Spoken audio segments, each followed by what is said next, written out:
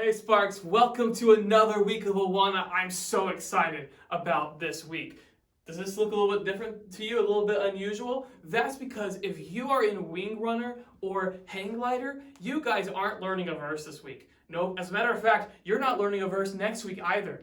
The two of your groups are learning the books of the Bible this week. If you are in Wing Runner, you're going to be learning the books of the Old Testament this week. And if you're in Hang Glider, you're going to learn the books of the New Testament this week and next week, all right? Skystormer, you guys are still doing a verse. You guys are doing 1 John 3, 17 through 18, which is fantastic. But this week, I wanted to go over not just the books of the Old Testament, but the books of the entire New Testament with you guys too. I want to teach you guys very quickly what is in all these books, what makes them all different, and a fun way for you to remember all these books in order, all right? So, real quick, I want to teach you guys a song. That's right, I want to teach you a song. First, I'll teach you the song, and then we'll talk about why all these books exist and how they're different, okay? So, Wing Runner, these are the books of the Old Testament, and if you learn this song, you're going to be able to say these in 2 weeks' time, no problem. Are you ready? Here we go. Genesis, Exodus, Leviticus, Numbers, Deuteronomy, Joshua, Judges, Ruth, 1st and 2nd Samuel, 1st and 2nd Kings, 1st and 2nd Chronicles, Ezra, Nehemiah, Esther, Job, Psalms, Proverbs, Ecclesiastes, Song of Solomon, Isaiah, Jeremiah, Lamentations, Ezekiel, Daniel, Hosea, Joel, Amos, Obadiah, Jonah, Micah, Nahum, Habakkuk, Zephaniah, Haggai, Zechariah, Malachi. Oh my word! That is a long song with lots of different books, but I have full confidence that you can learn this song too, and you can learn all 39 books of the Old Testament. I had to remember how many books there were. As a matter of fact, boys and girls, when I was your age, guess what? I learned this exact same song. Now, I'm a pastor, and do you know how I remember the order of the books of the Bible? Genesis, Exodus, Leviticus. I still have to sing the song in my head, but it helps me so much, especially right here. Nahum, man. Nahum messes me up every time. If I can't remember Nahum, I always get these last few in the wrong order. But if I can remember Nahum, I'm set. That's the one, all right? So, boys and girls, you'll notice that I put these into different colors. I did that because the different parts of the Old Testament are actually different types of books. You know how sometimes you'll read a book and it has lots of pictures? We call that a storybook. But sometimes you'll read a book that doesn't have lots of pictures. That we usually call a novel.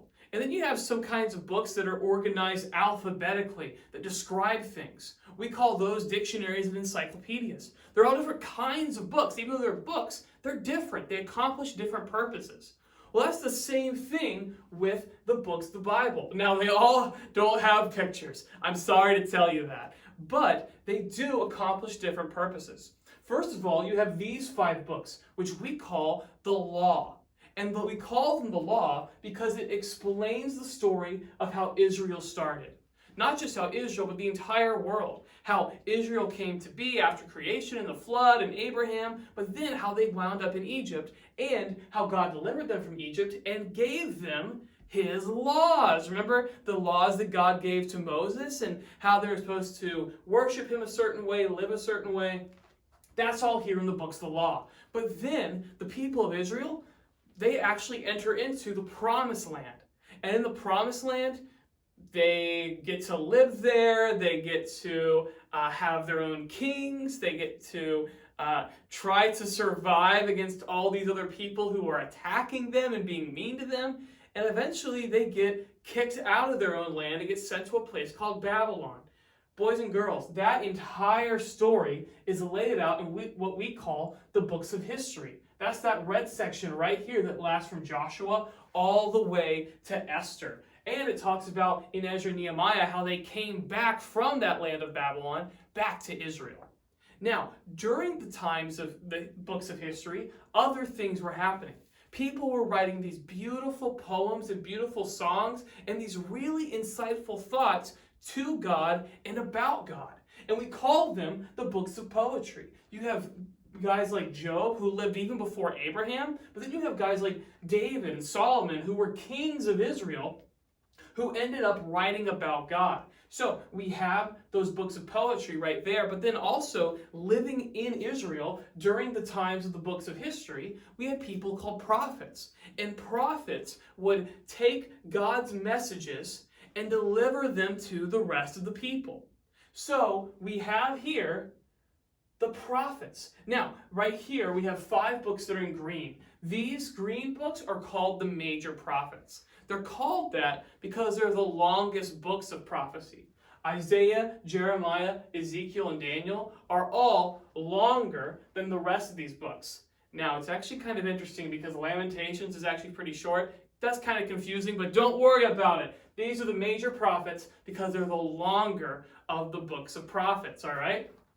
And then you have the minor prophets. They're not called minor prophets because they were shorter. They're not called minor prophets because they were less important. No, they're just called minor prophets because the books that we have of them, of their writings, they're much shorter. But we can read about these prophets and the things that they said so we can learn more about what God was telling his people, Israel, and other people around the world during the times of the books of history.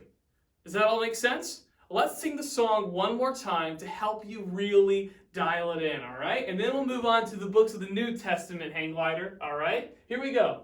Genesis, Exodus, Leviticus, Numbers, Deuteronomy, Joshua, Judges, Ruth, 1st and 2nd Samuel, 1st and 2nd Kings, 1st and 2nd Chronicles, Ezra, Nehemiah, Esther, Job, Psalms, Proverbs, Ecclesiastes, Song of Solomon, Isaiah, Jeremiah, Lamentations, Ezekiel, Daniel, Hosea, Joel, Amos, Obadiah, Jonah, Micah, Nahum, Habakkuk, Zephaniah, Haggai, Zechariah, Malachi.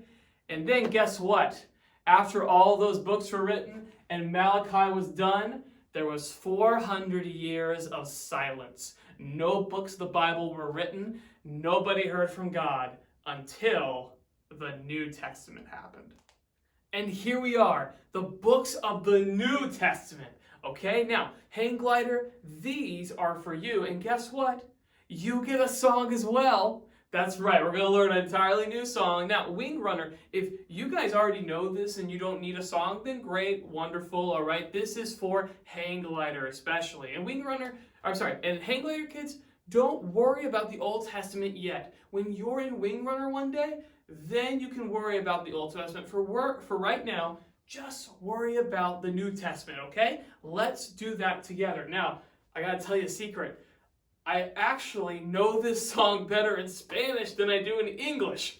That's because I was trying to learn the books of the New Testament in Spanish when I was in high school. So I know this song from when I was your age, but I've been singing it more in Spanish the past several years because that's what I was trying to learn. So I'm going to try my best to sing it in English. Here we go.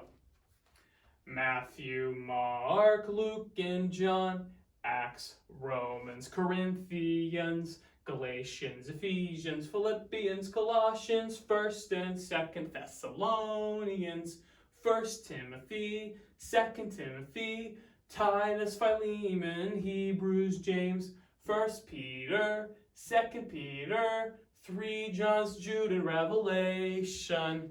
Well, there you go, all right? Now, if you ever want to hear that song in Spanish, come find me later. I won't put it on the internet right now because I don't want to confuse you, all right? Now, we again have different types of colors because just like in the Old Testament, there's different kinds of books in the New Testament. They're not all the same. First of all, you have the 4 Gospels. The 4 Gospels are so important. You can really consider them the epicenter of the entire Bible.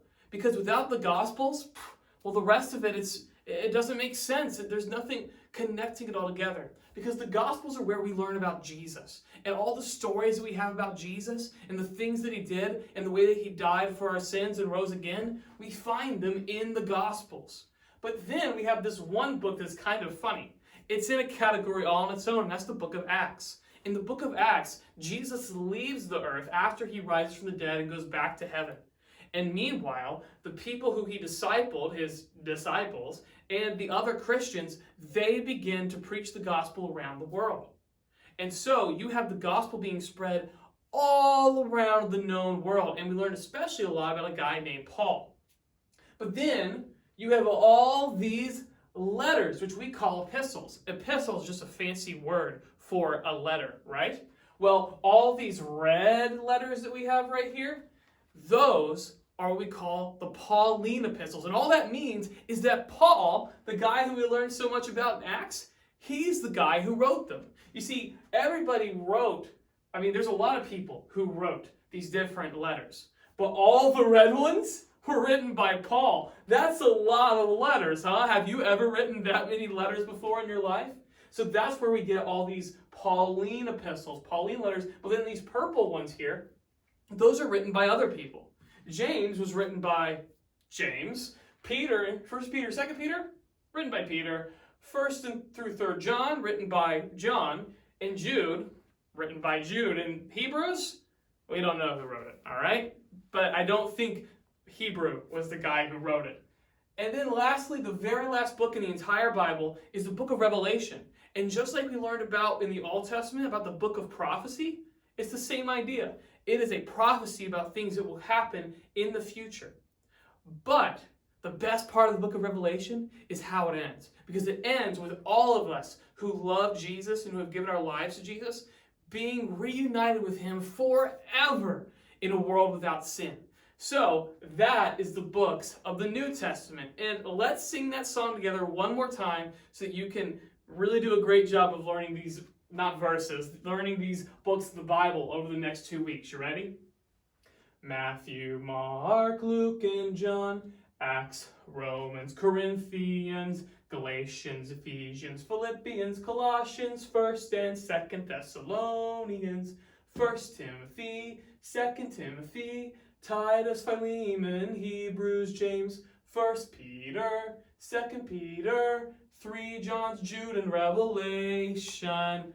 Great job, boys and girls. I hope that you do an excellent job learning your books of the Bible these next 2 weeks, all right? And Skystormer, best of luck on memorizing 1 John 3, 17 through 18, I think. Yeah, that's correct. 1 John 3, 17 through 18. And here's the deal. If you're watching this on the day that it's released, February the 5th, we have family night out tonight, and we can't wait to see you there. We can't wait for you to come in, earn your Awana shares, spend those Awana shares on awesome prizes. We might have some new additions to the Awana store this week, actually. Yeah, so it's going to be great. If you're watching this after February the 5th, don't worry. There's plenty of family night outs coming out for the rest of the school year, and we can't wait to see you there. Have a great week. Bye.